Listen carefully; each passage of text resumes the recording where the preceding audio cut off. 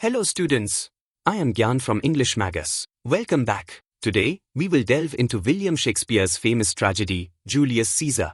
This play explores themes of power, betrayal, ambition, and fate. It tells the story of Julius Caesar, the mighty ruler of Rome, who is assassinated by his closest allies, including his dear friend Brutus.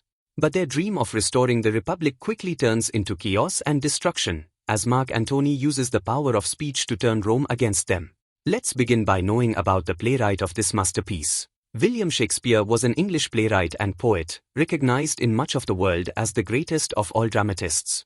Hundreds of editions of his plays have been published, including translations in all major languages.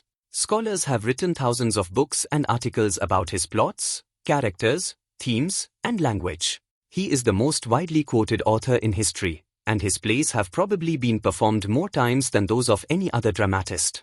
In this lesson, we will explore some of the most iconic scenes of the play, including the scene depicting Calpurnia's warning and Caesar's arrogance, the dramatic assassination of Caesar, Mark Antony's funeral speech. We will also analyze figures of speech, discuss important questions, and understand the deeper meaning behind Shakespeare's words. Let's begin. The scene opens showing Caesar's palace. The storm rages and the night is restless, filled with omens, Calpurnia's dreams of blood, unnatural sights across Rome, thunder shaking the city. The gods themselves seem to warn him. But Julius Caesar, the man who has conquered nations, does not believe in fear. Even when Calpurnia begs him to stay home, warning of terrible visions, he dismisses them with the confidence of an emperor saying, "Cowards die many times before their deaths, the valiant never taste of death but once," he declares. Death is inevitable, he says, and he will not be afraid of it. Yet, fate is already set in motion. The conspirators, men he trusts, Brutus, Cassius, Casca, Decius, Cinna, and others, wait for him at the Senate. Today is not a day of power for Caesar. It is the day of his downfall. Now we are going to witness the assassination of Julius Caesar. The scene changes. In the great hall of the Senate, Caesar sits in his seat of power, his mind unshaken, his pride unbending. Metellus Cimber kneels before him, pleading for his banished brother's return. But Caesar is firm. "I am constant as the northern star," he declares. No flattery, no kneeling, no pleading will change his mind. Then, the attack comes. Casca strikes first. Then another. And another. The knives sink into his body, red with betrayal. He gasps, still standing, still fighting, until he sees the face of the person he loved most, Brutus. The world seems to slow. "Et tu, brute," he whispers, which means even you. The betrayal shatters his soul before the knives can take his life. Caesar falls. Silence. Then Cassius raises his voice. "Liberty. Freedom. Tyranny is dead." The conspirators believe they have saved Rome. But they have only awakened the storm. And in the shadows, Mark Antony, Julius Caesar's friend, watches.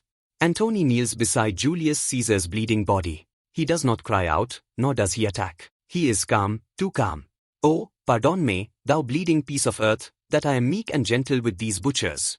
It is a whisper, a vow, a promise. Looking at the lifeless body of the man who ruled the world, Antony foretells what is coming: war, chaos, bloodshed. The gods will take revenge, and Rome will burn. And with the quiet power of a man who knows how to win without a sword, Antony makes his move. He asks for one thing: to speak at Caesar's funeral. Brutus, ever the idealist, allows it, believing Antony cannot turn the people against them. Cassius warns him, but it is too late. Before a restless crowd of citizens, Brutus speaks first. He tells them he loved Caesar, but he loved Rome more. He killed him not out of hatred, but for the people's freedom. If Caesar had lived, they would all be slaves. The people listen, nodding, believing him. Brutus is satisfied. He leaves, thinking his words have won the people's hearts. Then, Antony steps forward. He does not accuse, he does not attack. He begins simply: "Friends, Romans, countrymen, lend me your ears. I come to bury Caesar, not to praise him." He calls Brutus an honorable man, again and again, until the words start to sound like mockery.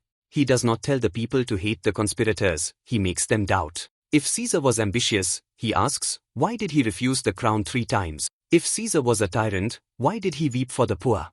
If Caesar wanted power, why did he give his wealth to Rome? Then, he takes one final step. He holds up Julius Caesar's cloak, pointing to the stab wounds, naming the very men who made them. And finally, he shows them Julius Caesar's body, torn, lifeless, betrayed. The people weep. Then, they rage. As Antony pretends to calm them, he lets one final secret slip: Julius Caesar's will.